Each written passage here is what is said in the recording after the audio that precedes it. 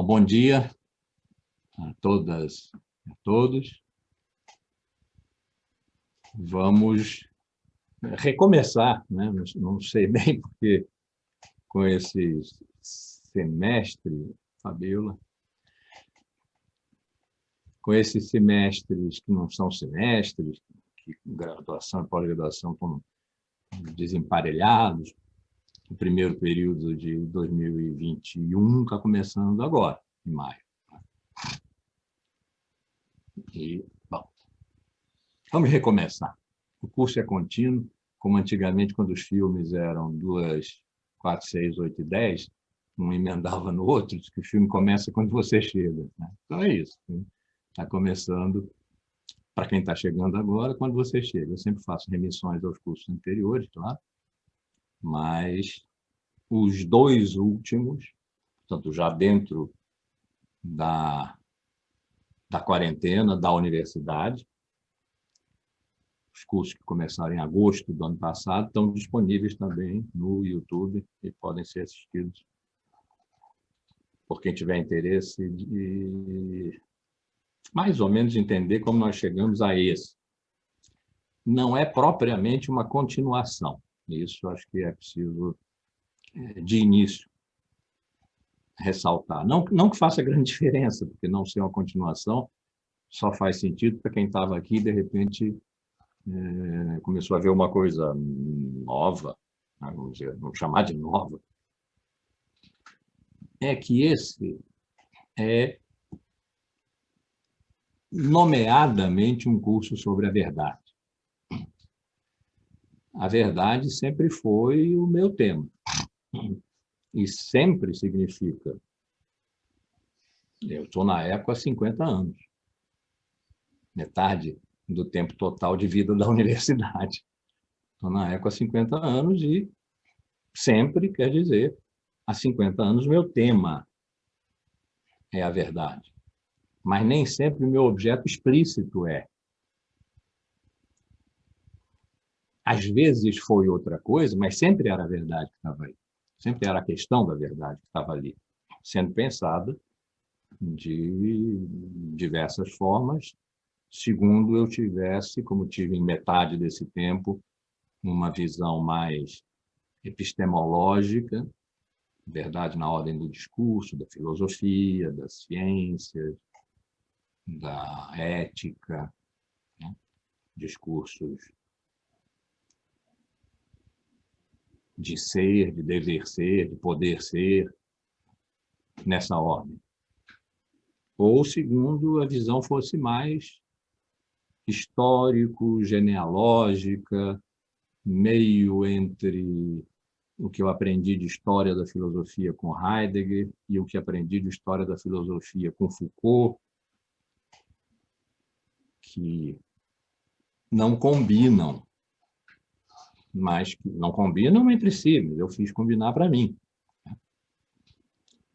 Então, essa visão mais histórico-genealógica, mais voltada para os paradigmas da verdade, sobretudo os paradigmas filosóficos, menos para a natureza da verdade, ocupou, vamos dizer, a outra metade. 25, 25. 20, 20, mais um tempinho aí de transição. E dessa vez eu estou tratando a verdade diretamente, porque nós estamos, nomeadamente, assim se diz, na época da pós-verdade. Isso foi o que o dicionário de Oxford estabeleceu em 2016 como a locução característica daquele ano. Mas é, de fato, um termo para ser pensado como da nossa época. Defina-se época, é claro. Mas eu estou pensando não como uma época, mas como uma duração analisável, desde a década de 80 do século passado, quando os pós-modernos vieram para dizer, não que não existe real, embora essa seja uma tentação, tenha sido uma tentação razoavelmente frequente da filosofia, fazer tudo refluir para o sujeito, para a interioridade do sujeito, e deixar o real lá fora meio perdido, meio abandonado, porque ele é caótico, porque é todo cheio de aparências, as aparências enganam.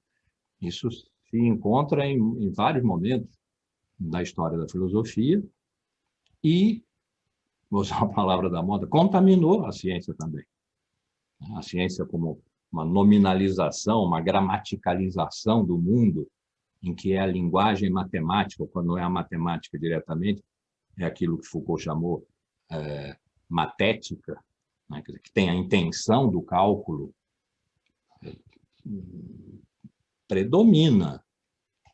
Talvez esteja me arriscando um pouco em dizer isso assim, sem ressalvas, mas tem, sei lá, uma nota de pé de página que no momento não vou explicitar, mas um dia, quem sabe. Uma ressalvazinha, mas acho que posso dizer assim, predomina na ciência moderna, de século XVII para cá, de entre Copérnico e Newton para cá. E depois a ciência misturada com a eficácia tecnológica, e aí já não se trata mais de verdade nos termos em que era tratado. Essa questão de em que termos se fala de verdade vai aparecer nesse curso, vai frequentar esse curso com pertinácia, talvez em todas as aulas.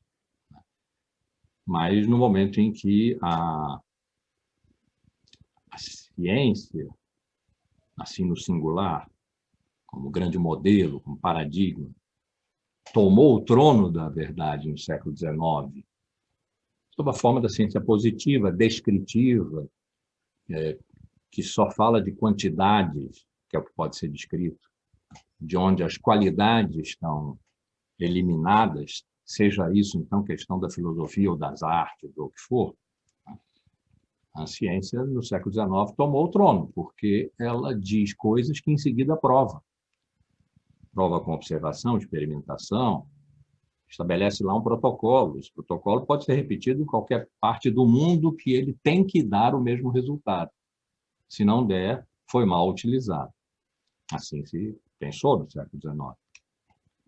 Mas no século XX, lá por meados do século XX, talvez eu volte sobre isso, mas vou só dar duas indicações brutais.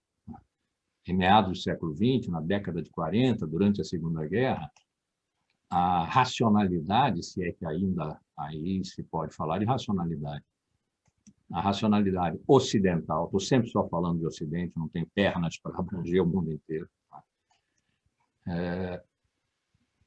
se converteu à eficácia.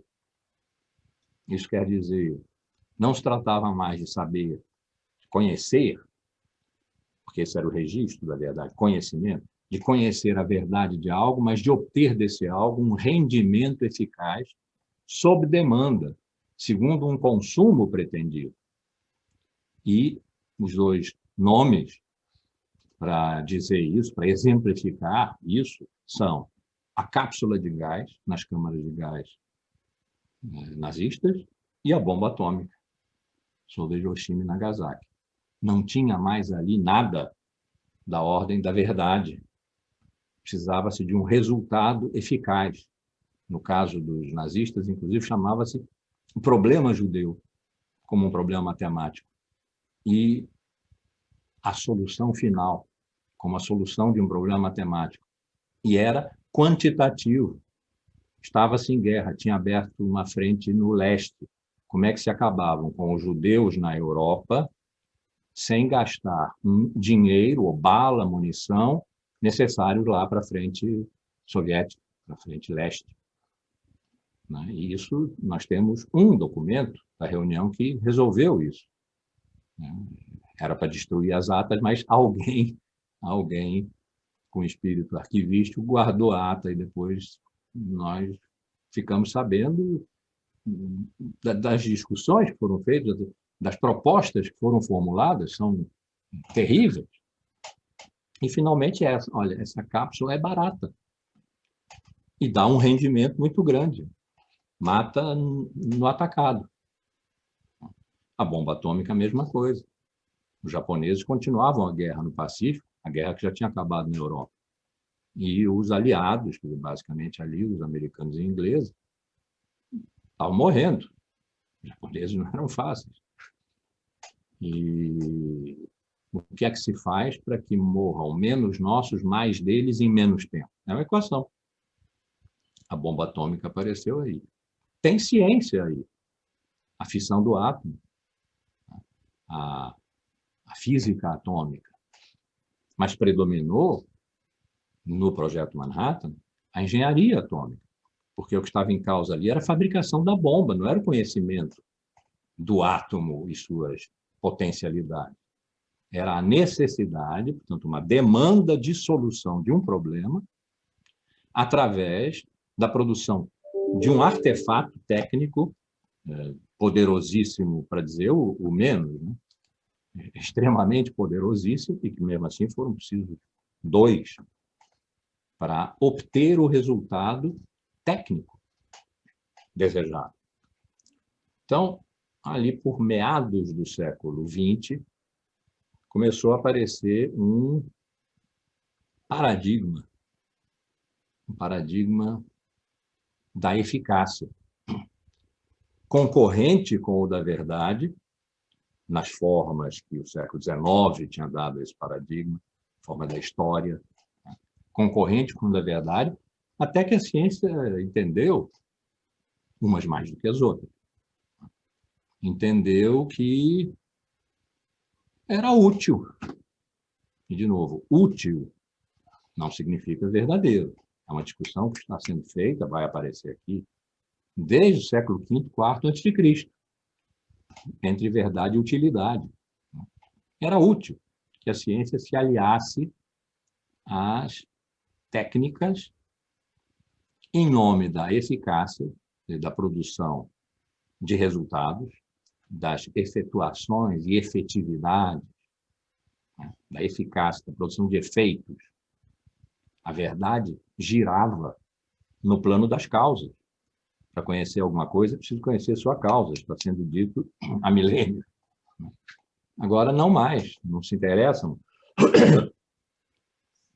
Nota de pé de página. Os cientistas, em geral, não concordam com isso que eu estou dizendo aqui. Quando eles entram no laboratório, eles acham que vão pôr a mão na massa do mundo e da vida. E, de fato, põem. A questão é em nome de quê? Para fazer o quê com essa mão onde a massa vem e toma forma? É a mão que dá forma à massa. Fazer o quê? Que bolo? Para que fim? Para fome? Possivelmente não. Para uma eficácia de outra ordem, que não é científica. Acabar dessa nota de pé de página, volta ao texto. A ciência considerou a possibilidade, e em larga medida a executou, de se aliar às técnicas, depois de séculos e séculos e séculos, aliás, milênios, se nós formos olhar, para a primeira vez em que se fez a pergunta, o que é que vale mais? O teórico ou o prático? Foi Aristóteles que fez essa pergunta, século IV a.C., em relação à própria obra, que tinha uma parte que ele próprio chamou de filosofia teórica, que era a lógica, a física, a metafísica, a matemática, e uma parte de filosofia prática, a ética, a política, a retórica, a poética, a legislação. O que é que valia mais? A resposta foi: vale mais a filosofia teórica, pelo bom motivo de que serve a um valor absoluto, que é a verdade. Não tem meia-verdade, como não tem meia-gravidez. A verdade é toda, é inteira. E a verdade está associada ao bem. Desde Platão estava, e em Aristóteles isso se tornou bem evidente, bem central, temático. Então, a filosofia teórica serve ao bem. E a filosofia prática serve a valores de ajustamento, a justiça, a beleza, a harmonia. A palavra cosmos era usada aí também para dizer isso, nós temos até hoje, em relação à beleza, cosmética. Vem daí. Então, o ajustamento do desajustado, a harmonização do desarmônico, o equilíbrio do desequilibrado, são valores relativos. Para ficar com um só, a justiça. A justiça é um valor relativo. E, evidentemente, para então, o absoluto prevalece sobre o relativo. Essa pergunta foi repetida várias vezes. No século XIII, Santo Tomás, que era um aristotélico, refez a maneira teológica do pensamento cristão desde o primeiro século, estava no XIII. Se o que vale mais é a vida contemplativa ou a vida ativa. E, evidentemente, é a vida contemplativa, porque ela está voltada para Deus, enquanto a vida ativa está voltada para as coisas do mundo. Nem é preciso fazer grandes digressões sobre por que a vida,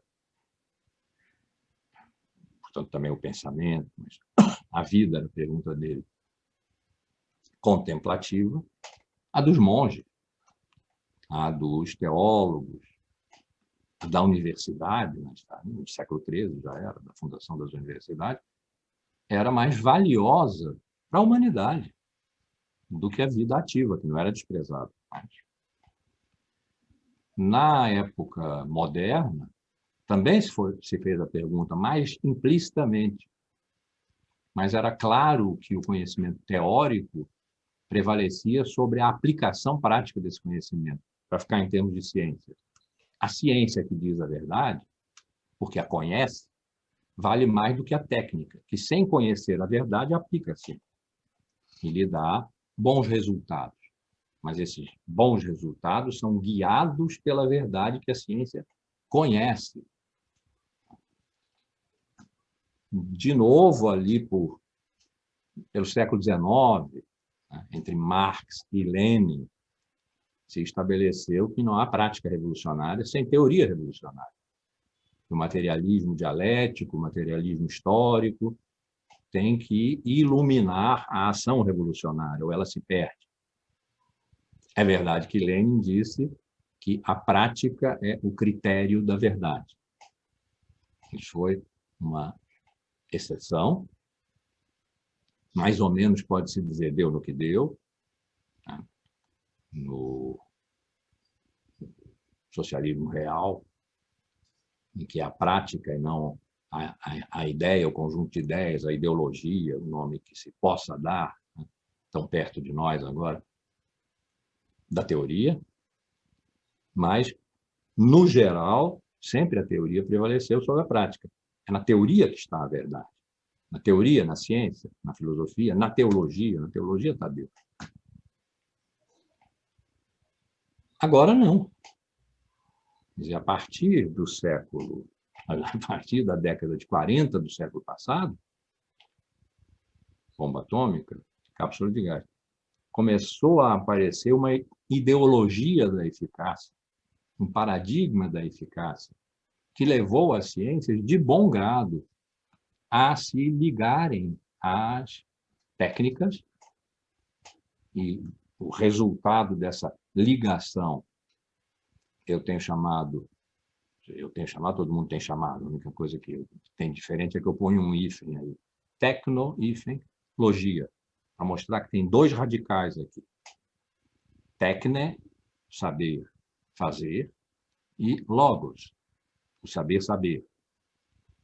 Equilibraram-se por um tempo, e nessa época, e nesse momento, década de 80, 90, aqueles pensadores de origem filosófica, sociológica, antropológica, de filosofia da ciência, das mais diversas procedências, que se chamaram os pensadores pós-modernos, não confundir com a arte pós-moderna, essa tem características diferentes, vieram para dizer que o real, o velho e bom real, já se chamou ser, o mundo, todas as coisas do mundo, os objetos, em momentos diversos, da história da nossa cultura, a cultura que lá no século I resultou da fusão inimaginável, pororocal, eu imagino, entre a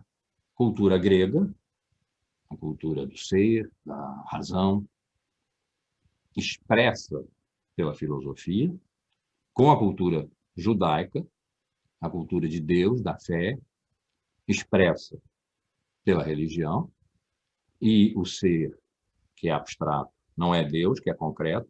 Deus existe. Ele é um cara, ele fez todas as coisas, ele é causa. Ser não. Ser é abstrato, universal, genérico, vale para todas as coisas, uma vez que todas as coisas, sem exceção, são. Não se pode dizer de uma coisa que ela não seja, depois de ter dito que ela é uma coisa. E se encontraram, e a razão, evidentemente, não é a fé, a razão é mediadora, ela procede por um conjunto de mediações, que são os raciocínios. A fé não, a fé é uma adesão completa, não pode ter fresta. Uma vez que tudo é criatura, não pode haver fresta entre o Criador e a criatura, ou o ato da criação fica suspenso, eventualmente impossibilitado. E a filosofia não é religião. Também não é preciso desenvolver muito essa afirmação. E, no entanto, se combinaram, tensissimamente, paradoxalmente, se odiaram e se toleraram. Dificilmente, eu diria que se amaram. Durante 13 séculos, em que se estabeleceu um equilíbrio entre razão e fé, que foi a teologia. A teologia é o conjunto das verdades reveladas, que, portanto, tem uma hierarquia superior, esclarecidas, senão não seriam compreendidas, esclarecidas pela razão, porque são obscuras, porque parecem contraditórias. A razão vai lá e esclarece, presta esse serviço. Por isso se diz que se dizia na época que a filosofia era serva da teologia. Mas serva não quer dizer aqui subordinada, significava que sem a filosofia, a teologia não ia muito longe das pernas. A verdade revelada valeria para aqueles a quem foi revelada essa verdade, aqueles que já acreditavam, já tinham a fé, e nunca seriam esclarecidas para quem não a tivesse ou tivesse outra. A filosofia prestou esse grande serviço. Então, razão e fé se equilibraram aí no acordo teológico de 13 séculos,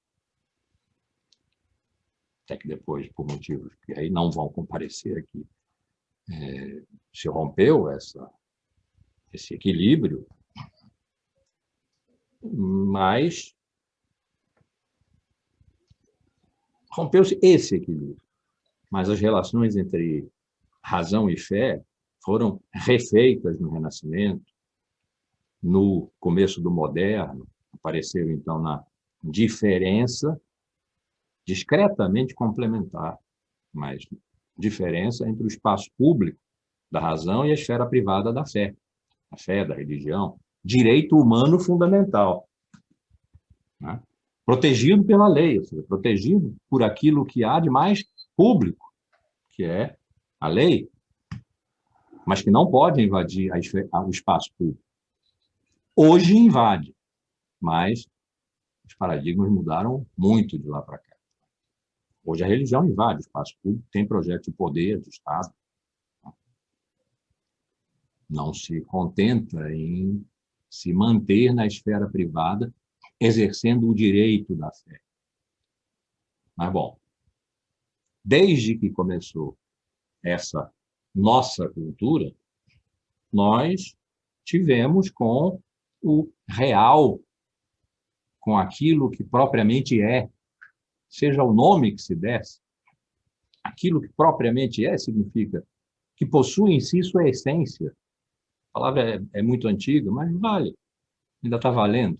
Radical é o verbo latino esse, ser, que é segundo o que é. As coisas são segundo o que as coisas são. E isso quer dizer, tem fundamento, se sustentam, não são caóticas, anárquicas. Né? Cada coisa é segundo seu próprio ser, que pode ser conhecido por um ato de representação bem conduzido por um sujeito. um sujeito de conhecimento, um sujeito de razão, mesmo a razão clivada pelo inconsciente, por exemplo. Mas, ainda assim, até o conhecimento do inconsciente é uma possibilidade a ser levada em conta para que o sujeito se torne sujeito da sua história, para que quem sofre e está no divã se torne sujeito da sua história. Então, essa importância do sujeito que realiza atos de representação, importante, está em crise, em relação a um real, algo que é, aquilo que é, essa coisa, aquela coisa, mas é essa coisa e não aquela. Aquela, não essa. Porque se fundamenta, tem chão, solo, não é movediço, não era? E no topo a verdade. Embaixo o fundamento, em cima a verdade, que são dois absolutos. Então, o pensamento pós-moderno veio para dizer que não.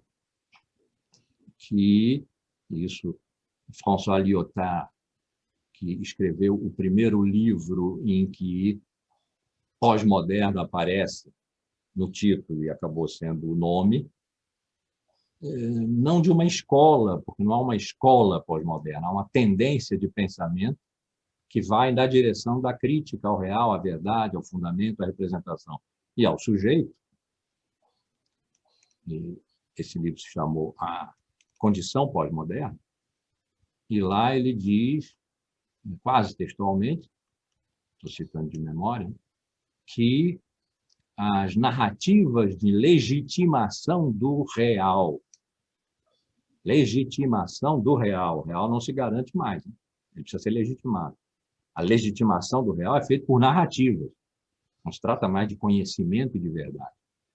As narrativas de legitimação do real, produzidas pelo século XIX, o moderno, perderam credibilidade. Não diz, são falsas. Perderam credibilidade.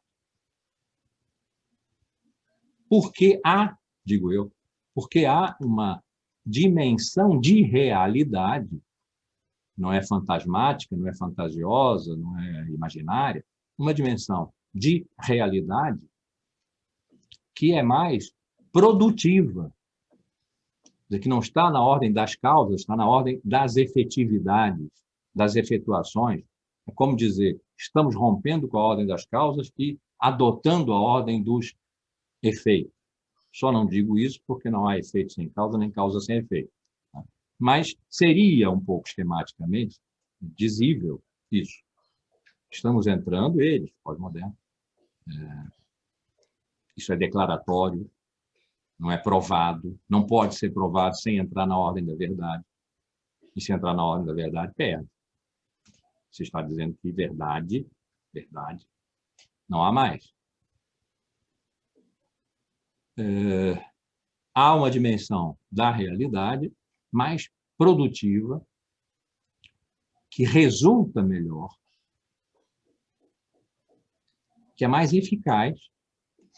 Aí a ideologia da eficácia, o paradigma da eficácia está chegando a um ponto, de fato, paradigmático, regente de uma ordem de discurso nova, e que essa ordem, essa dimensão, é o virtual. Os virtuais, as estruturas de virtualidade da realidade, nós dizemos realidade virtual, porque virtual não é uma fantasmagoria, né? É um modo da realidade que produz mais realidade. Mais ou menos como vamos aplicar brutamente, de termo a termo, Marx falou na mais-valia, né? Então, aqui nós estamos falando de mais realidade, hífenzinho aí, mais realidade. O virtual é mais real do que o velho e bom real, antigo. E por isso mesmo, talvez, o Baudrillard, que é paradigmático pós-moderno, porque ele não queria ser pós-moderno. Mas era assim que as coisas se passavam, assim ele dizia. Então, era o que ele dizia. Chamou de hiperreal. Então, o mais do que simplesmente real, que precisa de representação, de atos de referência externa, etc., o hiperreal é produtivo, sob demanda. Nós estamos no momento em que está se fazendo mais uma globalização, que já tinha sido feita de Alexandre o Grande, pela guerra, da República Romana e do Império Romano, pela lei, pelo direito, a da cristandade, não do cristianismo como religião, mas da cristandade como projeto de mundo pela fé, a do Império Britânico, era uma globalização sobre o Império Britânico, o sol nunca se punha, dizia isso, né? Pelo comércio. Nós estamos fazendo, há um tempo já, há décadas, uma globalização pelo consumo. O mercado mundo que resulta dessa globalização é movido pela eficácia tecnológica, pela planetarização da técnica, que Heidegger viu tão bem. Heidegger morreu em 1976, não tinha 2.0 no tempo dele, né? Mas ele previu essa planetarização da técnica, e a planetarização da técnica mais o instinto, a pulsão do consumo, converteram o mundo num mercado, um grande mercado, onde se compra e vende, não só bens e serviços, mas valores imateriais, corpos, subjetividade. Então, essa ordem da eficácia e da demanda casam bem com os virtuais, não casam bem com o real, com sua essência, sua verdade, seu fundamento. Então, o exemplo que eu gosto de dar, quem já está aqui há mais tempo, olhei para a Fabiola agora, se ela estava com a cara assim, ela pensou, agora lá vem ele com aquele exemplo de novo.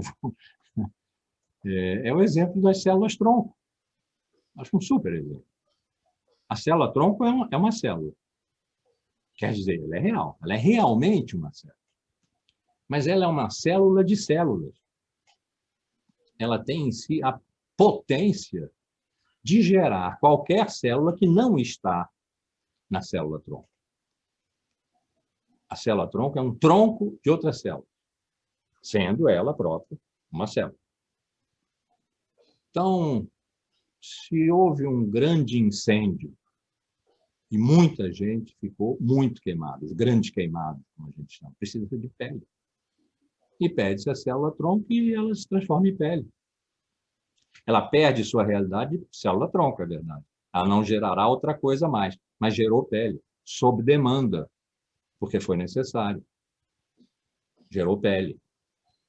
Se nós temos uma comunidade de valentes bebedores, tudo com cirrose, é demandável célula hepática, e a célula-tronco se converte em célula hepática.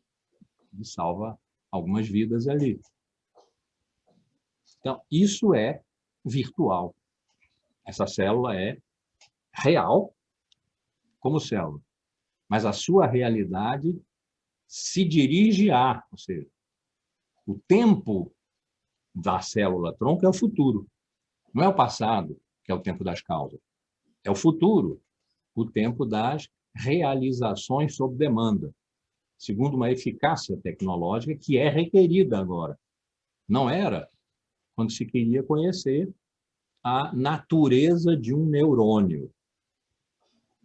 Um neurônio é aquele real, antigo. Então, a neurologia conhece o neurônio só como neurônio, é a única coisa que ele é. Conhece cientificamente. Na célula-tronco, há um neurônio virtual, mas há outras células virtualmente, concorrendo com o neurônio, depende da demanda. E para essa demanda ser atendida, é necessária uma eficácia tecnológica que não é necessária para o conhecimento neurológico do neurônio. Está aqui posta a complementaridade entre saber e fazer, entre logos e técne. Então, esse horizonte tecnológico, essa lógica essa Lógica em que nós vivemos há algum tempo já e que vem se convertendo num paradigma que é inquietador. Eu ia dizer ameaçador, mas é um termo muito reativo, ressentido. É inquietador e a inquietação é boa. A inquietação envolve o espanto e é o espanto que move o pensamento. Sócrates nos ensinou isso. É o nosso fundador que não deixou nada escrito, sabiamente. Inquieta a verdade. A virtualidade de todas as coisas, a virtualização de todas as coisas, no modo da eficácia tecnológica e do consumo, no modo da globalização, inquieta a verdade. Em vários níveis. Eu dei o exemplo da célula-tronco, que acho que ele não esgota, mas envolve muitas das dimensões dos virtuais. Né? Vou evitar dizer o virtual como se fosse um conceito ou uma realidade em si. Dos virtuais, das estruturas de virtualidade e virtualização da realidade. Realidade virtual. Mas há outras dimensões. Sempre o futuro está presente ali, puxando como um imã. Tá? E o futuro é um tempo virtual, é um tempo ainda não. Ele ainda não se realizou. Desse lugar em que ele ainda não se realizou, ele atrai para si, porque é daí que saem as demandas, a realização de virtuais, no caso das células-tronco, um exemplo está dado, mas há outros.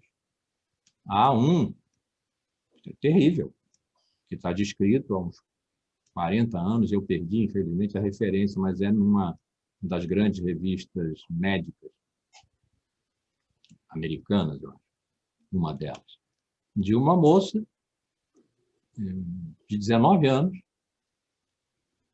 que tinha medo. O medo é um sentimento que espreita o futuro. Tinha medo de, lá pelos 45, 50, na passagem da menopausa, desenvolver câncer de mama. Ela não tinha indicação de câncer de mama, ela não tinha câncer de mama, ela tinha mama, tinha seio.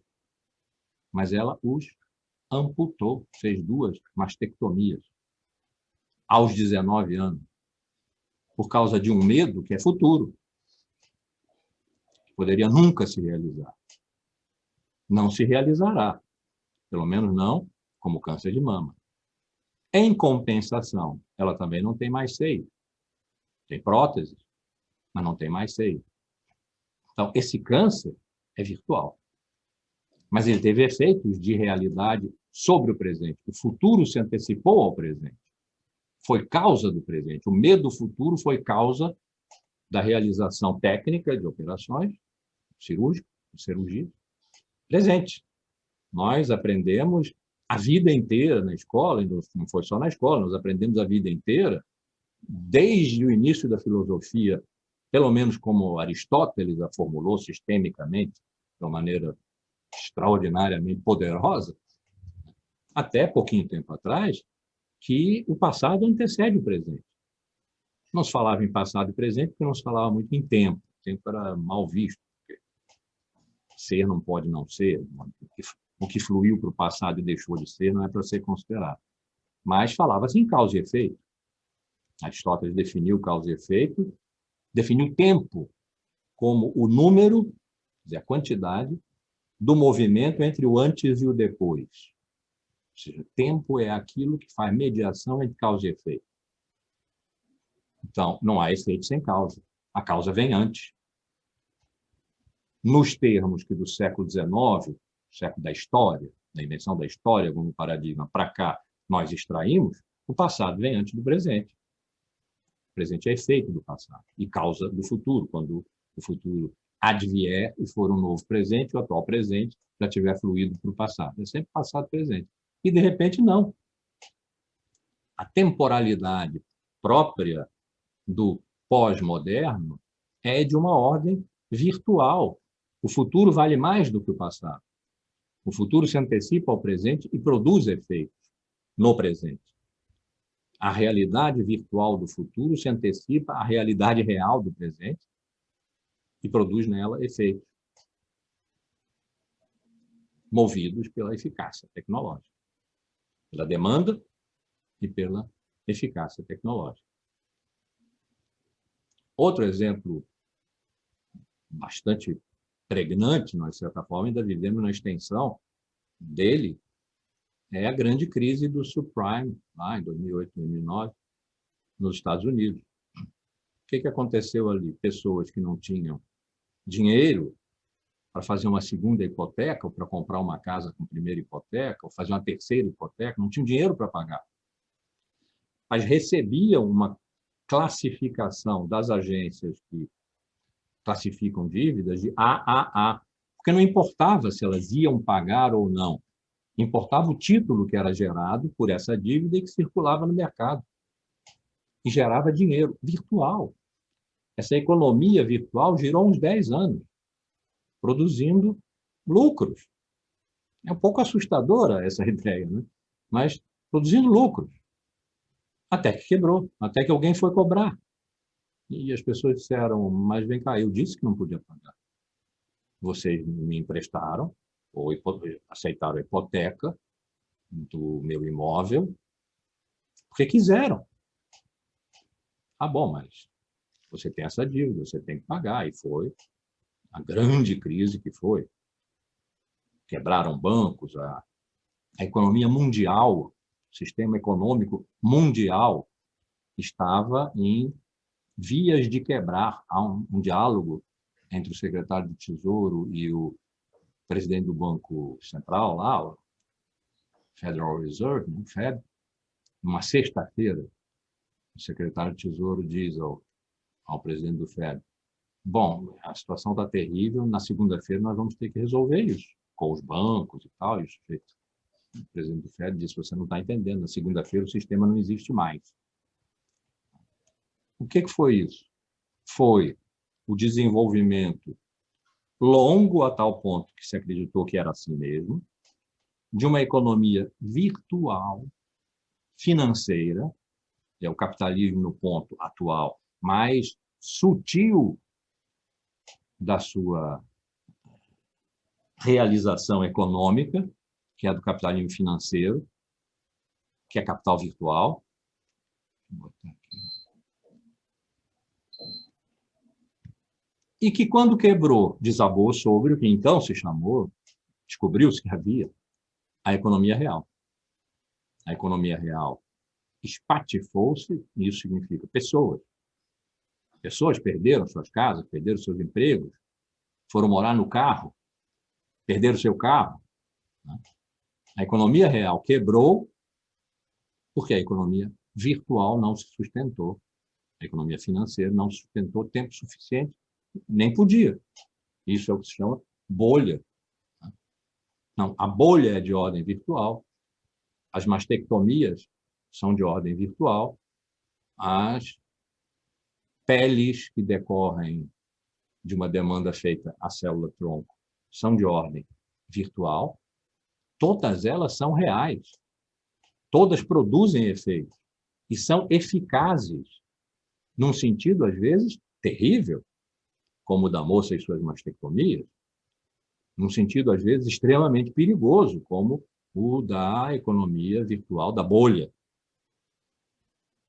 E ninguém aprendeu com isso, porque teve mais bolha depois, está tendo bolha agora. Um dia explode.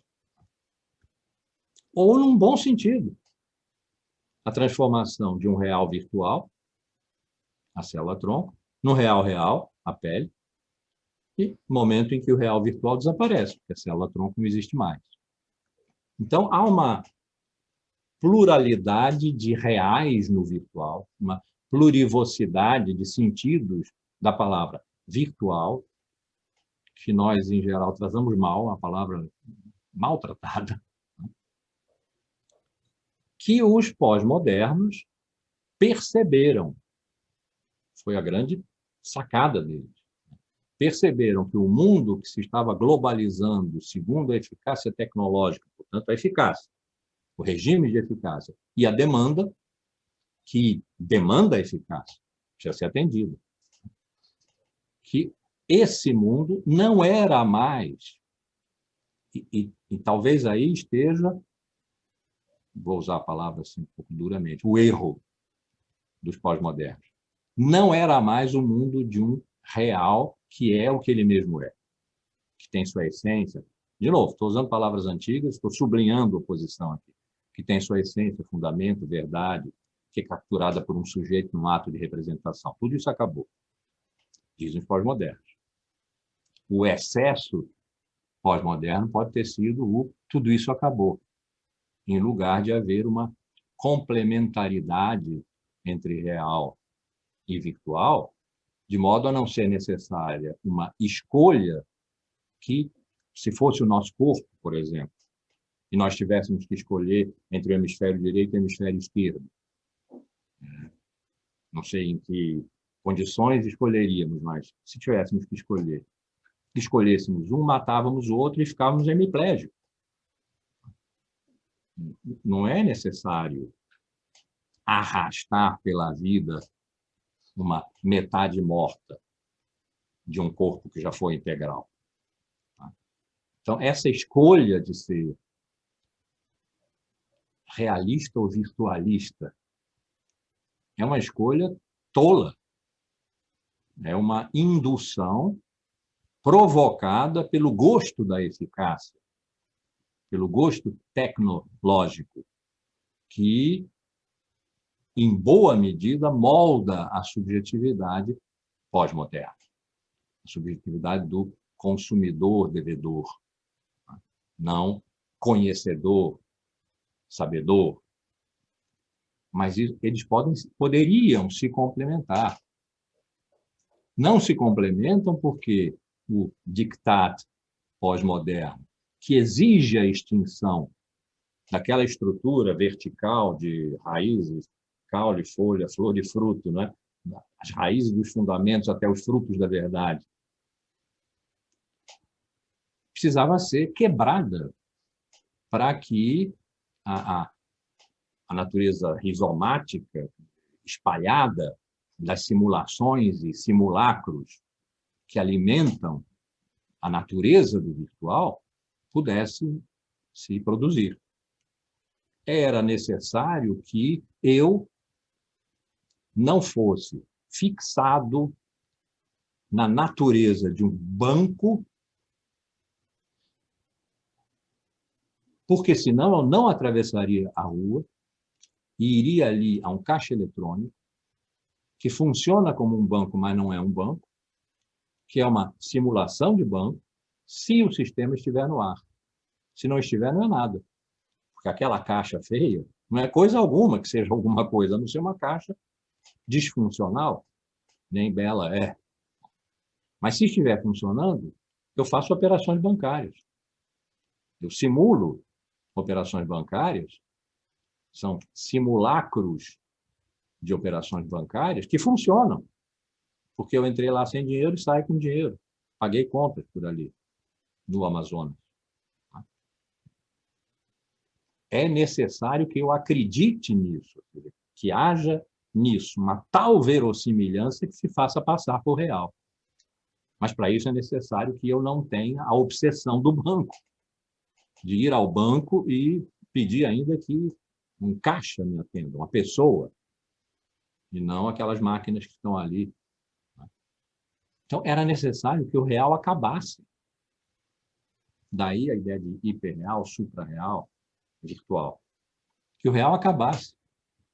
Que, como Baudrillard estabeleceu num ensaio seminal dele, que é até indicado na bibliografia do curso,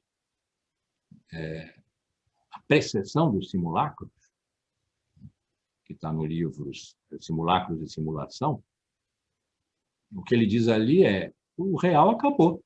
Ele está usando uma metáfora que é um conto de Borges, do imperador que pede aos cartógrafos do império que preparem um mapa mais perfeito possível.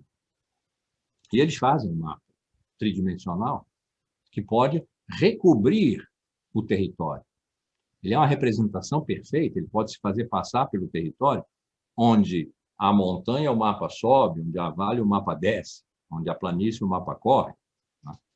Ora, o império acabou. E a ideia é, o real acabou. Ora, isso não é possível demonstrar, e por isso não é necessário. Ora, o real acabou. O que é que sobra, então? O mapa. Mas sem referência a um território do qual ele seja mapa, ele ainda é um mapa? Não, ele é um simulacro. Ele é como mapa, que não é mais um mapa, porque não tem mais referência a um exterior, um simulacro de território. E, nesse sentido, os simulacros precedem o real. Essa é a tese de Baudrillard. E nunca mais nós teremos do real uma representação, porque a representação acabou, porque não há mais referência ao externo, da linguagem para fora, para a realidade, para o mundo. Não há mais referência, portanto, não há mais representação. O que há são simulações e produção de simulacros.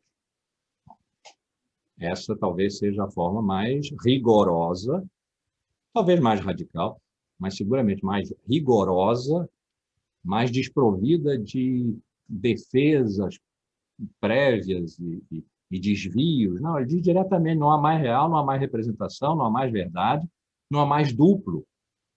Ideologia, ideia, imaginário, não há mais. Tudo agora é uma orbitação de signos numa realidade sem atmosfera. Sem atmosfera, por quê? Porque não se respira realmente ali.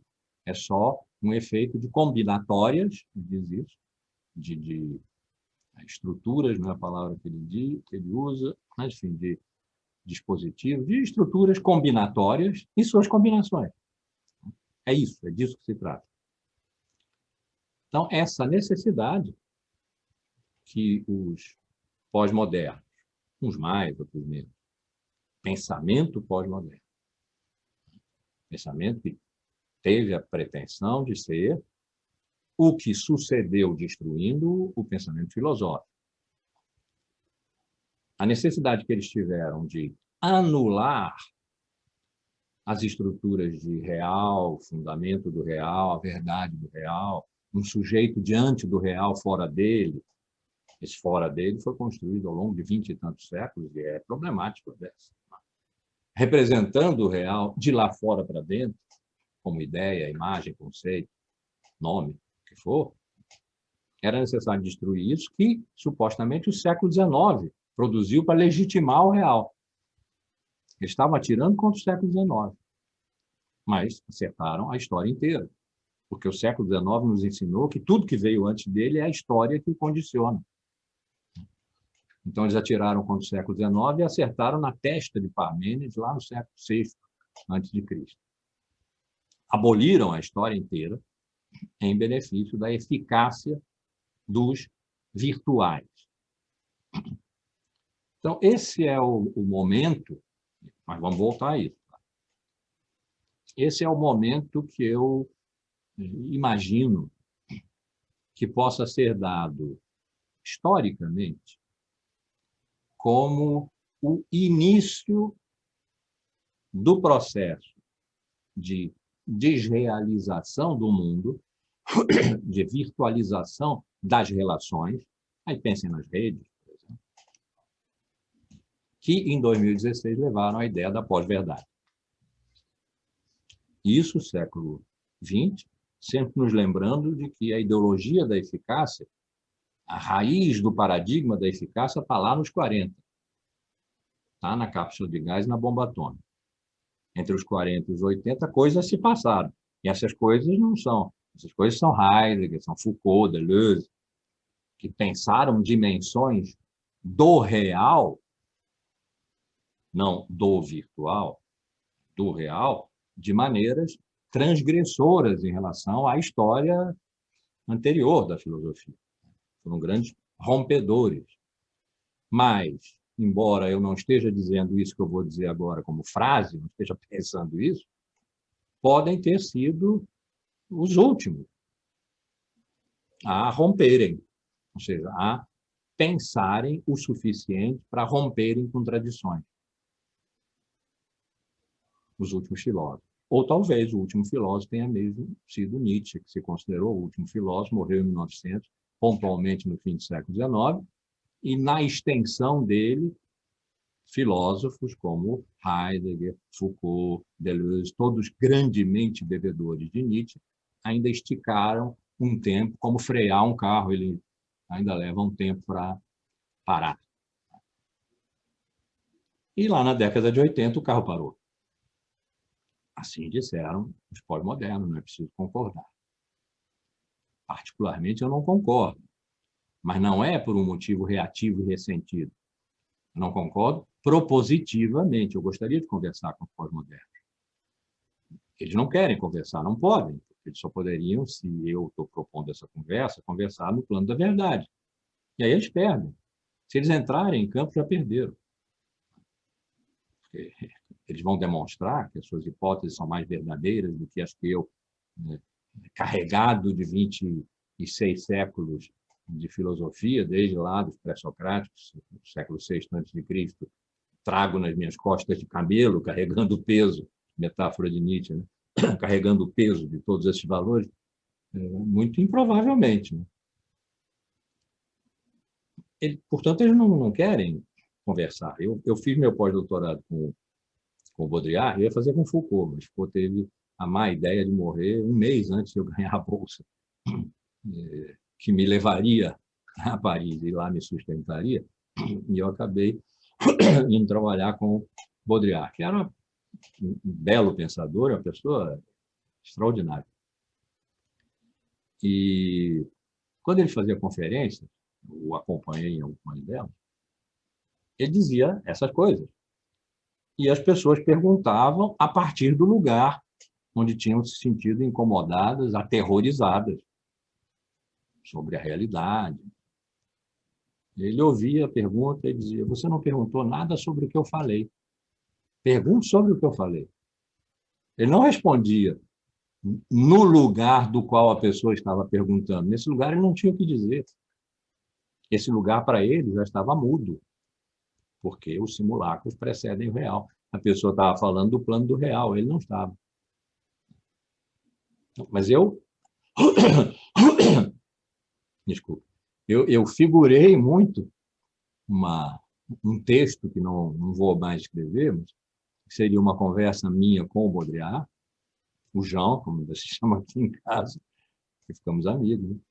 Uma conversa com o Baudrillard em que ambos chamávamos Nietzsche para nos ajudar a deslindar as nossas discordâncias. E Nietzsche concordava fortemente com o Baudrillard, mas também, em parte, comigo, porque Nietzsche não era um pós-moderno, Nietzsche tinha uma cruzada, ele tinha objeto. Ele queria fazer saltar o super-homem do fundo do poço em que a humanidade tinha caído, decaído, em que o último homem, o homem que deseja morrer, estava. Saltar o super-homem por cima de toda a decadência para recuperar a grande origem trágica, a grande origem perdida, a origem da grande potência da vida, a vontade de potência, Dionísio, a força dionisíaca, da demasia, do transbordamento vital, do qual se sofre e goza. Ele tinha projeto, que um pós-moderno não pode ter. Então, em parte, também concordava comigo. E nós chamávamos Sócrates, o arqui-inimigo de Nietzsche. E aí tinha lá uma jogada que eu estava preparando, de retomar um determinado diálogo de Platão, onde havia apenas um dos 3 contendores de Sócrates, nesse diálogo, que é o Gorgias, que encarava Sócrates e desistia de Sócrates. Dizia: bom, se você quiser, continua falando aí, eu já disse o que eu tinha para dizer. Dá uma fortalecida nele, voltar a Nietzsche. Enfim, era um projeto bonito. Muito difícil de resolver literariamente, como é que ia fazer, com tantos tempos intercalados aí. Mas isso é só para dizer que a minha relação com o pensamento pós-moderno gostaria de ser propositiva, não reativa, ou ressentida, como frequentemente é. a de quem não é ferrenhamente pós-moderno, é uma reação reativa, ressentida. Não jogo mais, então não quero jogar mais desse tipo. Eu quero jogar. Então, os pós-modernos, com esse background, iniciaram um processo que já tinha começado na ordem das realidades paradigmáticas, lá na década de 40, e que agora se fazia discurso, o discurso pós-moderno, que levou ao momento 2016 da pós-verdade.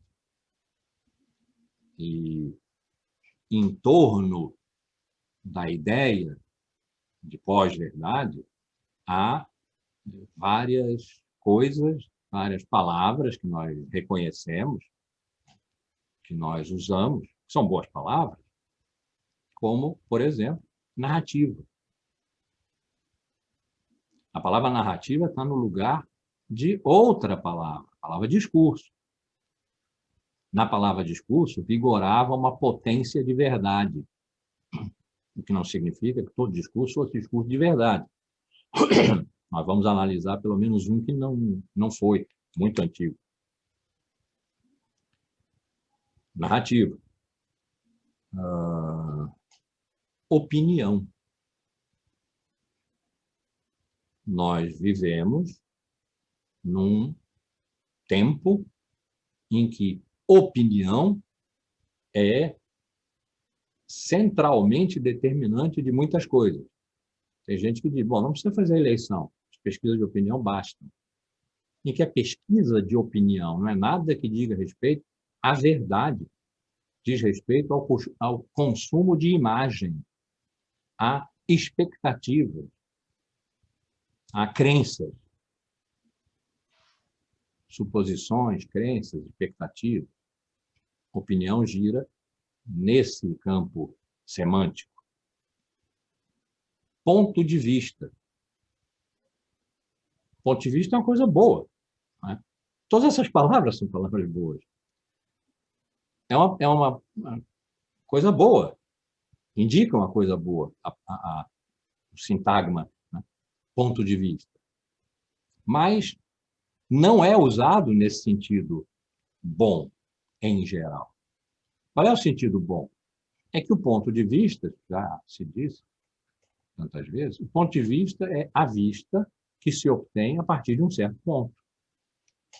Então, uma pessoa que está em caminhada, vamos dizer, subindo ali a pista, aquela ali na Urca, Cláudio Coutinho. Gago Coutinho. Não, Cláudio Coutinho. Não é? Aquele que foi... Gago é rua. Gago é rua. Gago é rua e era Gago português. Coutinho é uma rua. E era português. Não, esse aí foi técnico da seleção, foi do ponto futuro, overlapping. Era um cientista do futebol.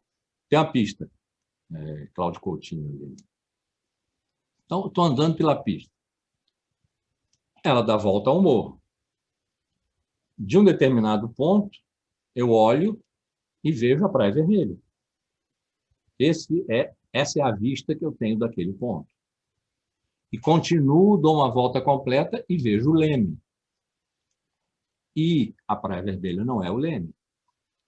Se eu for discutir com quem teve em outro ponto, outra vista, e impugnar a vista que ele teve porque não é a minha, eu entro num processo de polarização. Ele está errado, porque eu tenho certeza do que eu vi. Tirei até foto, posso mostrar, posso provar. Esse regime de polarização que nós estamos vivendo, que é sobretudo político, mas não só. Não só. Os negacionismos, tudo é atravessado politicamente, claro, mas os negacionismos científicos, estamos acompanhando agora demais, 420 mil mortos, em parte, boa parte desse número estarrecedor que são pessoas, é atribuível ao negacionismo científico, que é uma forma de polarização. e de exclusão do outro ponto de vista, porque o outro não é um ponto de vista, é um erro. É assim que, frequentemente, ponto de vista está sendo usado. O meu ponto de vista é verdadeiro. O ponto de vista contrário ao meu só pode ser falso. Essa é a própria estrutura da história da verdade, da história bimilenar da verdade. Só há verdade e erro. Aristóteles nos ensinou que há um meio termo, vamos falar dele. Mas nas pontas, só há verdade e erro. Se eu tenho a verdade, você está errado. Eventualmente, eu preciso eliminar você. Então, ponto de vista tem um bom sentido. É a vista que se tem de um certo ponto. E depois nós podemos tomar chopp em algum lugar, vamos ir no sujinho. Vamos ao sujinho, nos sentamos ali, tomamos uma cerveja e comparamos os nossos pontos de vista. Significa, comparamos as diversas paisagens que nós tivemos, porque andamos. Não ficamos parados, andamos. E isso enriquece a realidade. O ponto de vista que exclui, portanto, o das polarizações, empobrece mortalmente. E, às vezes, nesse momento nós estamos acompanhando, mortiferamente a realidade. A reduz a uma platitude, mais ou menos, de terra plana. Não é preciso acreditar que a Terra é plana para botar uma baliza de cada lado e jogar um jogo em que só se pode fazer gol num lado. Que o outro lado é o abismo. Então, narrativa, opinião, ponto de vista, giram em torno da noção de pós-verdade. Mas vamos ver com mais cuidado e mais cautela isso. Mas também gira, e aí é uma questão séria, todas essas questões mais séria, é que também gira em torno da noção de pós-verdade, fake news, fake history. Fake, inventei o termo assim, então metade está em inglês, metade em português, tem que aperfeiçoar a linguagem aqui. Fake narrativas. Porque as fake narrativas têm uma ideologia de produção de simulacros de realidade que quem as produz sabe que são falsas, diferente das fake news, que são notícias, que são informação. Na fake narrativa, não se trata de informação, se trata de discurso. Quando não há mais discurso, na ordem da pós-verdade, há narrativa.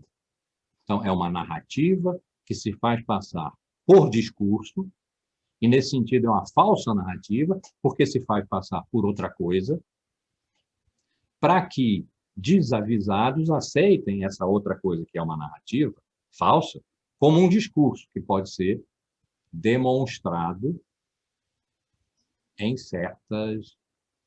com certas reservas, em certas condições, que, como não são explicitadas, não podem ser explicitadas, causam terríveis confusões, terríveis efeitos danosos, e que fazem, eventualmente, chegar...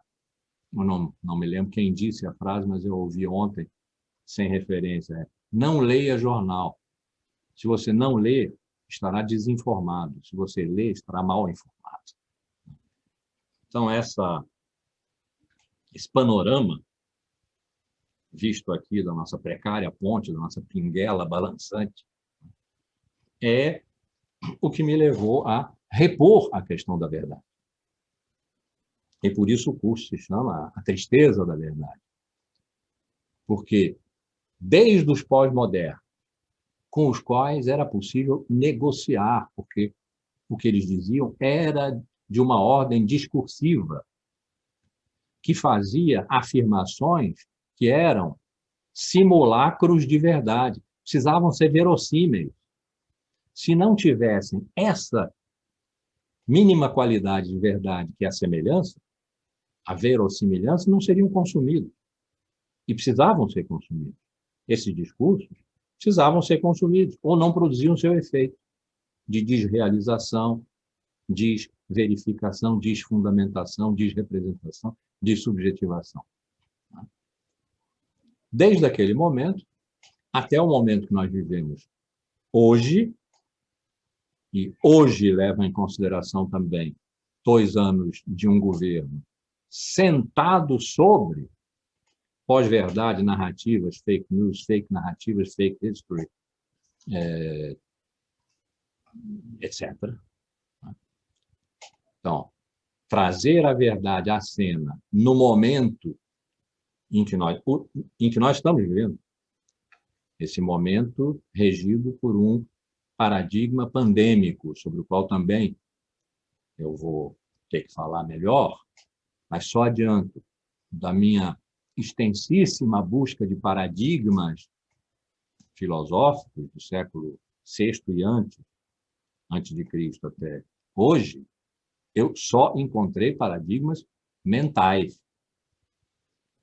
paradigmas que tratavam da inteligibilidade do que o homem não é, dos deuses, das coisas, das pedras, dos rios, do mundo e da vida. O paradigma pandêmico não é mental, ele é imediatamente existencial. E muda todas as nossas relações. Muda os regimes de subjetivação, a nossa relação com o tempo curto, a nossa relação entre dentro e fora. Fora sempre foi o lugar da festa, hoje é o lugar da morte. Dentro sempre foi o lugar da reserva, da intimidade, hoje é o lugar da vida. Só tem 1 ano esse paradigma, se é que daqui a mais um tempo nós não tivemos que chegar à conclusão de que não é um paradigma.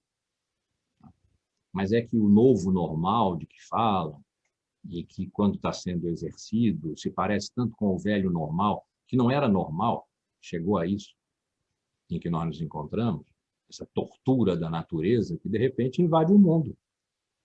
A Terra invadiu o mundo.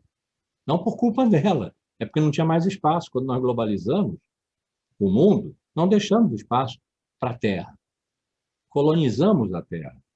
E ela invadiu o mundo, e o vírus é essa presença da Terra no mundo. Mundo significa a cultura, aquele lugar fortificado em que nós, os humanos, nos protegemos dos excessos caóticos, desregulados, desaparafusados, de uma natureza excessivamente múltipla, sem regra, que tem que ficar lá fora. Nós a reproduzimos em laboratório. Fazemos experimentos com ela.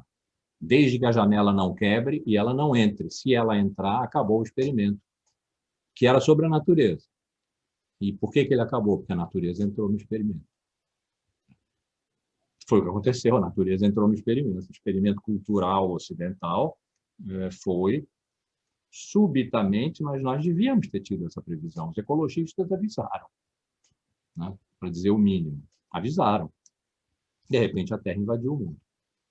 Então, pode ser que esse paradigma pandêmico em que nós vivemos hoje, né, e que exige de nós grande sabedoria, não gosto da palavra resiliência, porque é usado demais para qualquer coisa, mas resiliência, coragem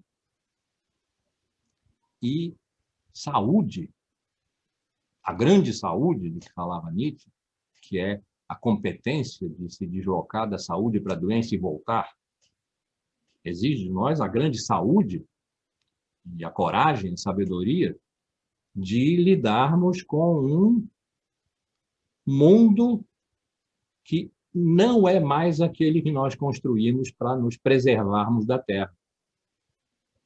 Esse lugar de exterioridade, por isso eu disse há um tempo atrás aqui, essa questão da exterioridade, da objetividade do lá fora, é muito complicada. A exterioridade acabou. Claro, essa frase assim é um pouco estentória, né? Dogmática, mas eu vou manter. A exterioridade acabou. E nós estamos no vendaval, e não é no olho do furacão. No olho do furacão não acontece nada. A gente está preservado. A nossa cultura pode ter bimilenarmente e meio se processado no olho do furacão. Nós estávamos ali protegidos. É quando a gente sai do olho do furacão que o furacão nos levanta, nos estraçalha, levanta todas as coisas do chão. Nós estamos perdendo chão. Então, esse momento em que nós vivemos é espantoso. O paradigma pandêmico é espantoso. E, como eu disse há pouco, ele exige de nós um empenho dilacerante, inédito. Nós temos 26 séculos de história atrás de nós para nos dizerem que nós nunca precisamos lutar pela vida como estamos lutando hoje, do ponto de vista do que é que constitui o paradigma da nossa existência. O paradigma da nossa existência é, nesse momento, determinado pela presença pandêmica, em que, a rigor, o que nos apresenta a vida é a morte. É a morte que nós evitamos. É um lá fora, cá para dentro. É uma inversão de fora e dentro. É uma mudança da relação com o tempo. Nós estamos envelhecendo. Essa era uma tendência forte do século XX. Foi o século XX que inventou a velhice, como inventou a adolescência, né? Quando começaram as vacinações? Começaram com acima de 99 anos. Quer dizer, nós estamos preparados para viver 100 anos e mais. E, de repente, não. De repente, trata-se de 4 dias, 14 dias. Um mês. O tempo se tornou curto. A espera da morte, que nós estávamos podendo adiar por muito tempo, a tal ponto de que a extrema angústia da morte, quando a expectativa de vida era menor, a gente possa adiar um pouco. Podia. Porque ela ia acontecer, sim, ela ia acontecer, é da natureza, mas ia acontecer tão tarde, se não houvesse nenhum acidente de percurso, mas os acidentes são imprevisíveis, a gente talvez nem desse por isso, estaria morto. Ela aconteceria tão tarde que, mais ou menos, nós poderíamos gozar a vida com mais tranquilidade, talvez não com mais intensidade, porque o outro da vida não estava tão presente que nos apertasse para a intensidade, mas com mais tranquilidade, com mais serenidade, porque íamos ficar muito velhos. Eu, particularmente, tenho projetos para 100 anos, por exemplo, quando eu ainda vou estar dando aula, se a minha mente ainda perceber e o meu gogó não tiver fraco, de modo que eu não alcance mais o fundo da sala. Isso está em mutação. O tempo curto, a espera curta, a inversão de polaridades entre dentro e fora, a alteração dos regimes de subjetivação, porque quando é a morte que nos apresenta a vida, nós não somos mais os titulares da nossa vida como sujeitos dela. Outras éticas aparecem aí, a ética das máscaras, por exemplo. É uma ética. É um cuidar de si e dos outros, etc. Então, esse momento em que nós vivemos é espantoso. E, de novo, digo, como Sócrates, que era muito sábio porque tinha total consciência da sua ignorância, e se não tivesse, nós não teríamos a filosofia, que é a busca de uma sabedoria que não se possui e que não se alcançará.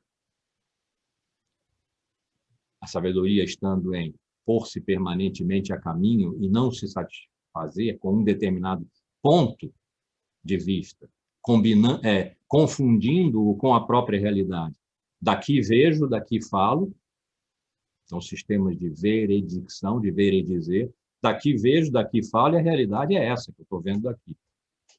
Quando isso se faz, e o dogmático se impõe, a filosofia acaba. Sócrates, que teve a sabedoria da ignorância, nos ensinou que é o espanto que move o pensamento. E se há alguma coisa de espantoso na nossa vida, é que a nossa vida esteja submetida à morte para ganhar sentido, mas não é um sentido teórico, é ganhar sentido de manter-se, de mantermos-nos na vida, de perseverarmos na vida. Para isso, nós temos que ter um número grande de cuidados. Nós precisamos de um ritual de saída de casa, por exemplo. E precisamos de um ritual de purgação de termos saído, quando voltamos.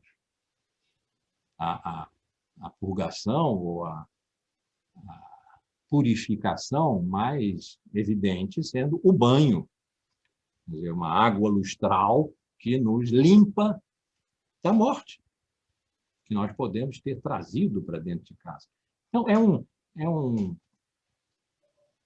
como se diz em Minas, é um arraial de coisas que cercam a nossa vida hoje, para as quais nós estávamos zero preparados. Esse tempo que é o nosso, que é um presente suspenso, à espera de um futuro com o qual a única relação que nós temos nesse momento é até quando? Depois nós vamos ver, o tal novo normal não quer dizer nada. É um sintagma, vamos dizer, como guarda-chuva, couve-flor, não quer dizer nada. A nossa relação com o futuro é até quando? Até quando aqui? Até quando assim? Até quando não abraço? Até quando não corpo? E a nossa relação com o passado não explica o presente no sentido de que o vírus não está no nosso passado. Tudo o que nós fizemos no nosso passado e que trouxe o vírus, que trouxe a Terra para dentro do mundo, sim, nós temos a pensar, mas isso não tira o vírus da nossa presença, não nos desexpõe, porque nós entendemos finalmente, sacamos por que a Terra invadiu o mundo, mas não temos nada que fazer nesse momento em relação a isso. Então, o passado não nos dá nada e o futuro é uma expectativa razoavelmente vazia. Até quando? Até quando o quê? Nós vamos voltar a ter a vida que tínhamos? Até quando ficaremos na extensão da vida que estamos tendo? Não sabemos. Então, é um presente suspenso.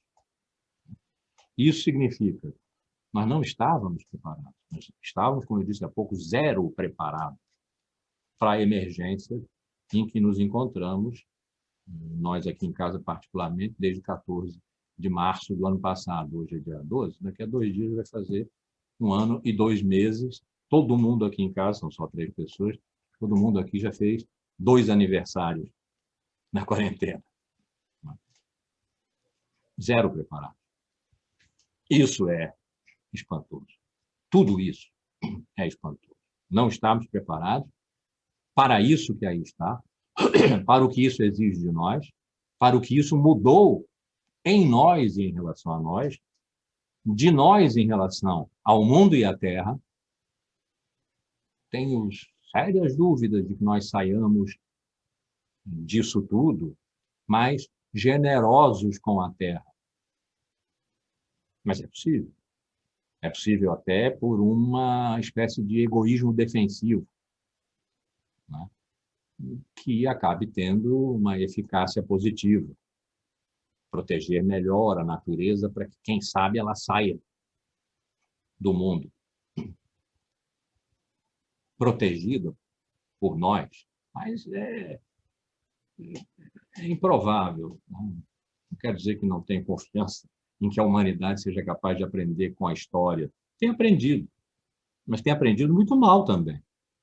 Não podemos aprender bem, aprender mal, ou não aprender nada. Não aprender mais ou menos, não sabemos. E é isso que move a pensar, é não saber. É não sabermos, insisto, é não sabermos que move a pensar. Por isso é que nós precisaríamos aprender alguma coisa com os velhos céticos gregos, falando do século III antes de Cristo. Nós tratamos muito mal, sempre foram muito maltratados, os céticos. Porque o que é que nós dizemos dele? Bom, um cético é aquele que diz, não se pode ter certeza de nada. Ora, um cético tem certeza de que não se pode ter certeza de nada. Logo, um cético é um dogmático, porque ele tem uma certeza que exclui todas as outras certezas. E não é isso. A palavra skepsis significa busca. O skeptikos, o cético, era aquele que buscava, que se recusava a parar num determinado momento, se recusava a ser dogmático. Os alvos deles eram Platão e Aristóteles. Todos os construtores de sistemas e a filosofia em que Platão triunfou, né? A filosofia como conhecimento, 24 séculos de predomínio de Platão e Aristóteles, né? De fabricação de sistemas fechados. Um sistema tem que ser fechado. Se vazar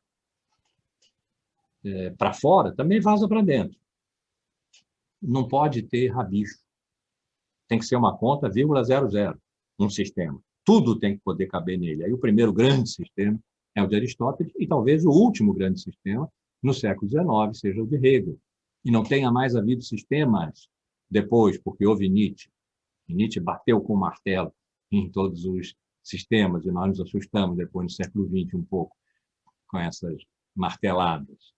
Mas o fato é que, toda vez que a filosofia, depois a ciência, fez sistema, ela falhou como filosofia, ela traiu. E a filosofia fez sistema o tempo inteiro. Então, ela traiu a sua própria natureza o tempo inteiro. Menos naqueles rios subterrâneos, como o século III, segundo, primeiro, antes de Cristo, segundo, terceiro, depois, os estoicos, os epicuristas, os céticos, os cínicos. No século V, Santo Agostinho. No Renascimento, Montaigne. No primeiro moderno, 17, 18, Pascal. No segundo moderno, século XIX, Nietzsche. No século XX, talvez, Foucault. Que não fizeram sistema, que pensaram antissistemicamente. Esses terão sido, de um modo ou outro, querendo ou não querendo, achando isso bom ou não, céticos, antidogmáticos. Então, nós precisamos aprender uma lição com os céticos, para não pararmos, não nos satisfazermos com um ponto de vista que nós consideramos suficientemente abrangente, bom o bastante, para, sendo o nosso, poder ser agora ensinado a todos como verdade. É o radical da palavra dogma, doc, é o radical indo-europeu da palavra dogma, onde vem docente, doctor, doutor. Quem sabe e ensina. Quem sabe e ensina, se não for um cético, é um dogmático. E isso significa satisfez-se. Sócrates não se satisfez. Eventualmente morreu disso. Não se satisfez. Ficou perguntando o que é isso, o que é isso, o que é isso. Você está cuidando de si? Se você não cuidar de si, você não sabe quem é. Se você não cuidar de si para saber quem é, você não pode entrar na cidade para ser político, você será um tirano. Então, essa natureza ético-política, não epistemológico-científica do pensamento da ignorância socrática, nós temos todo o interesse em trazer em nosso socorro. Então, esse momento com o qual eu preciso lidar, estou propondo a vocês que nesse semestre em que vocês estiverem aqui me acompanhando, e se quiserem continuar, venham incessantemente. Deixa eu ver se por acaso o... Não está aqui o Emanuel Boff, que está aqui desde 2002. Então, venham até 2030. E quem estiver aqui, enquanto estiver, me acompanhe nessa inquietação é pouco, terror é muito, porque imobiliza. Nesse espanto, como é que eu posso qualificar um espanto para exponencializá-lo? Nesse espanto aterrado. Nesse espanto aterrado, que o paradigma Assombro. pandêmico... É? Assombro. Sim, nesse espanto assombrado, como quem viu uma assombração, né? Espantosa, espaventosa,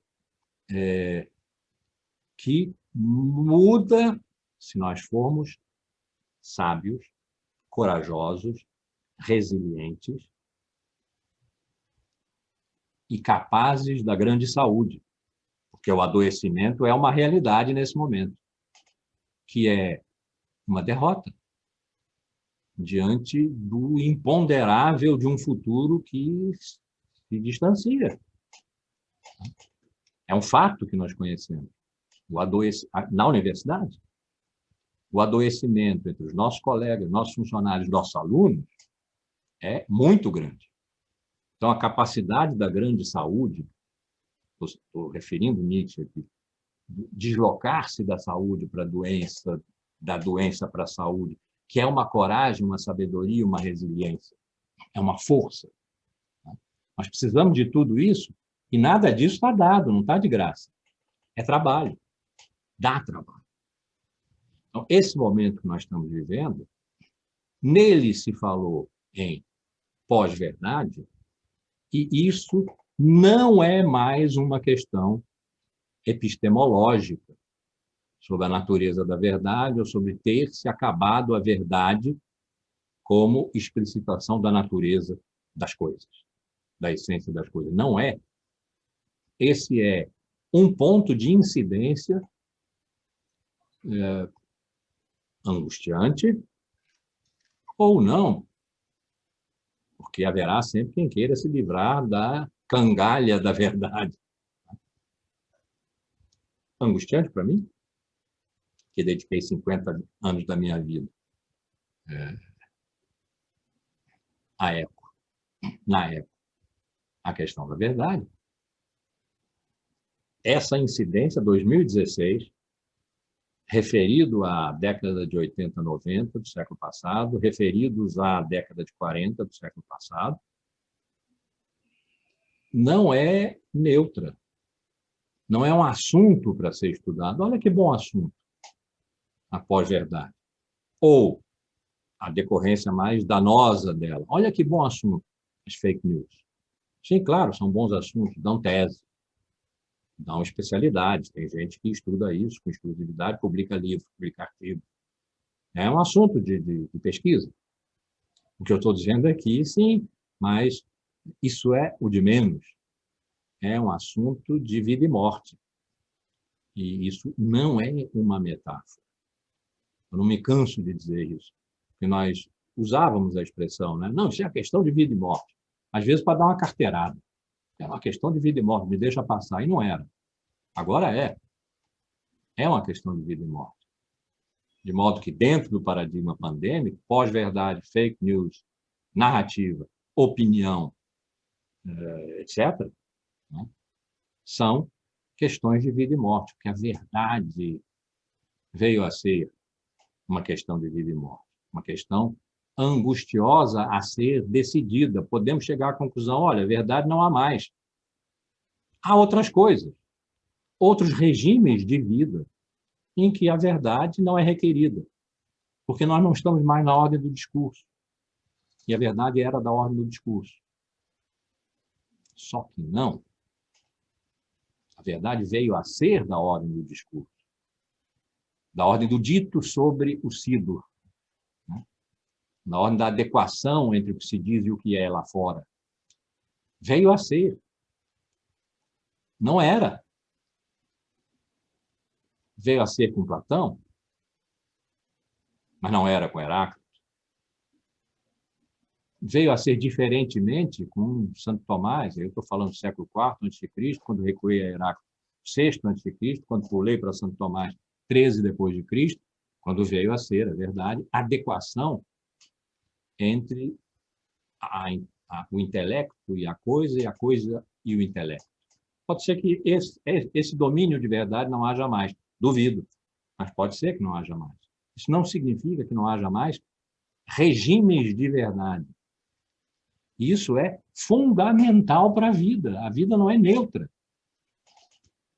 A vida se faz também de juízos, que não precisam ser julgamentos de exclusão. Podem ser ajuizamentos, de ter juízo, de se comportar ajuizadamente na vida. Isso não se faz sem a verdade. Ou se faz, não sabemos, o curso é para isso. Claro que eu tenho um viés nesse curso. Se não tivesse, nem sei. Acho que estaria morto. É a única hipótese de não se ter viés. Ou talvez nem isso. Então, virá ao curso a questão da verdade. Bastaria que fosse por isso que eu disse até agora. Né? Por todas essas coisas que eu disse até agora. Mas virá também, talvez também aqui seja entre injusto e desonesto. Virá porque...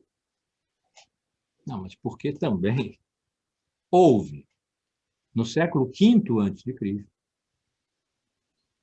um forte movimento, depois anatematizado, pisoteado, chutado para o canto, de pensamento, que foi a sofística.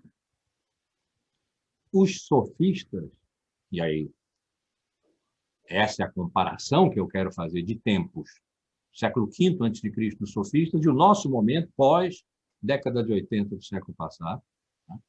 Os sofistas diziam que não há verdade. Por quê? Porque a realidade é caótica, não tem ordem, e do que não tem ordem não se pode dizer nada. Eles estavam botando a verdade na ordem do discurso, porque não era assim antes. Não se pode dizer nada do que é caos. Portanto, não há verdade, a natureza física é caos, cria-se uma exterioridade entre o que nós somos, nós, os portadores do logos, da razão, da linguagem que convence, do discurso, e o lá fora da natureza, da física, que é caos, a qual nós não podemos ter acesso verdadeiro, porque não há verdade. Lá se tratava de opinião, na vez que não havia verdade. Os filósofos do século IV tiveram que combater a opinião. Desentranhar a verdade da natureza, o que dá trabalho, exige método, etc., mas é possível, combatendo a opinião, a doxa, a opinião.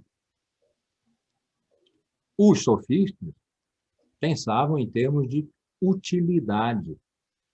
Não lembra demais a questão agora recorrente da eficácia? Pensava em termos de utilidade, ou seja, porque o convencimento, o discurso de convencimento visa um fim útil, que é dominar as pessoas.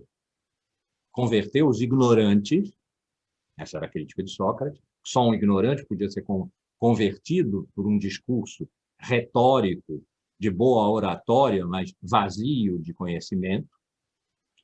Converter os ignorantes ao poder do discurso. Então, havia no discurso uma utilidade. O combate dos filósofos do século IV aos sofistas do século V, tudo antes de Cristo, incluiu essa questão importante da utilidade e a verdade. Poder e conhecimento, poder e saber. Então, entre os séculos V e IV,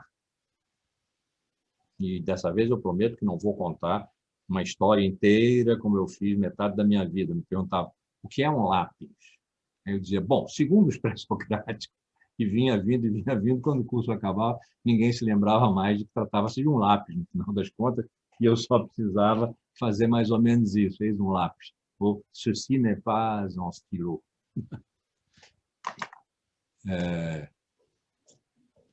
Não vou contar essa história toda, mas quero fazer essa comparação. Aconteceu uma coisa, é um acontecimento na ordem do saber, como Foucault diria. Um acontecimento A maiúsculo, um événement, quer dizer, uma coisa que vem, que apareceu, que se deu, não havia. Na ordem do saber, poder, práticas e instituições. Instituições, Platão criou a academia, Aristóteles criou o liceu, para dar sustentação às práticas de ensinar e aprender, que não havia. Nos regimes de saber e poder foram o núcleo do embate entre os filósofos que ganharam e os sofistas que perderam. Houve ali uma luta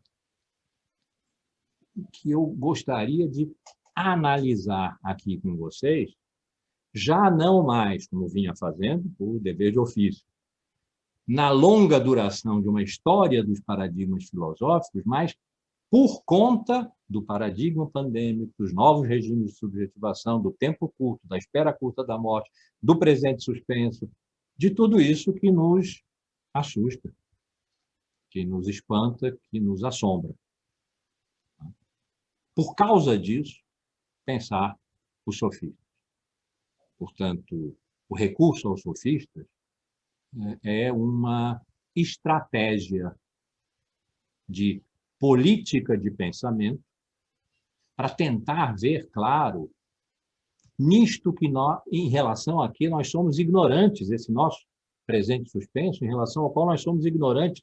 Isso é que eu quis dizer, mais de uma vez, quando disse, estávamos zero preparados para esse momento. Essa ignorância deve nos mover.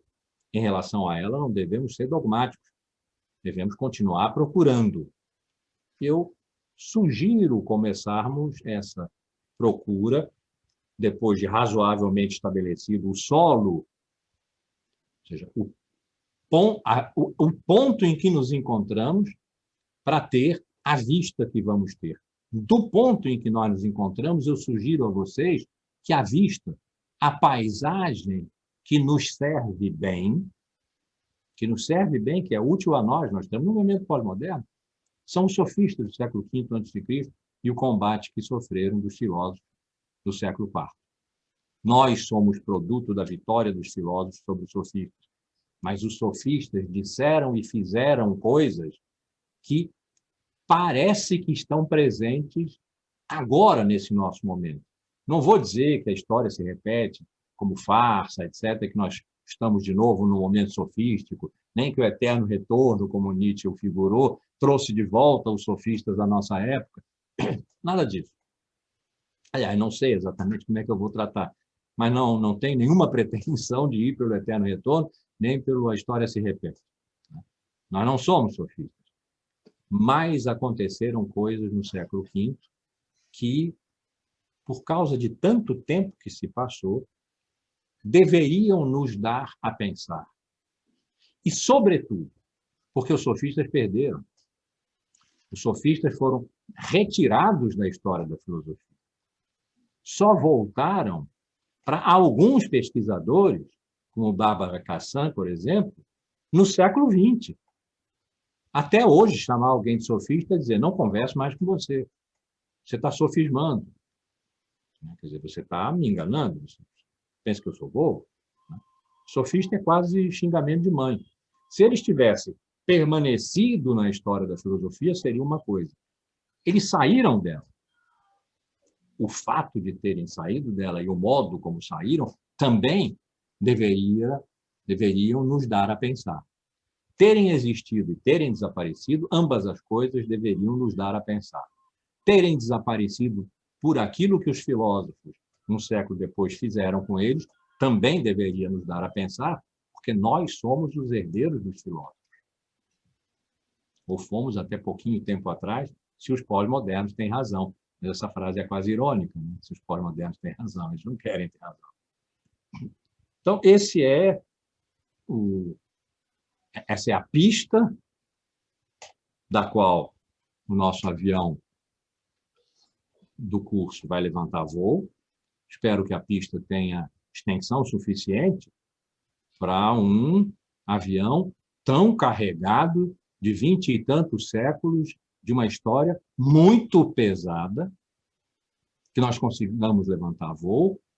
O nosso destino, mas é ida e volta, nós temos bilhetes de ida e volta, o nosso destino é o século V com o IV, antes de Cristo, e a nossa volta para cá, espero que nos traga um pouco mais sábios, um pouco mais alegres e um pouco mais amorosos.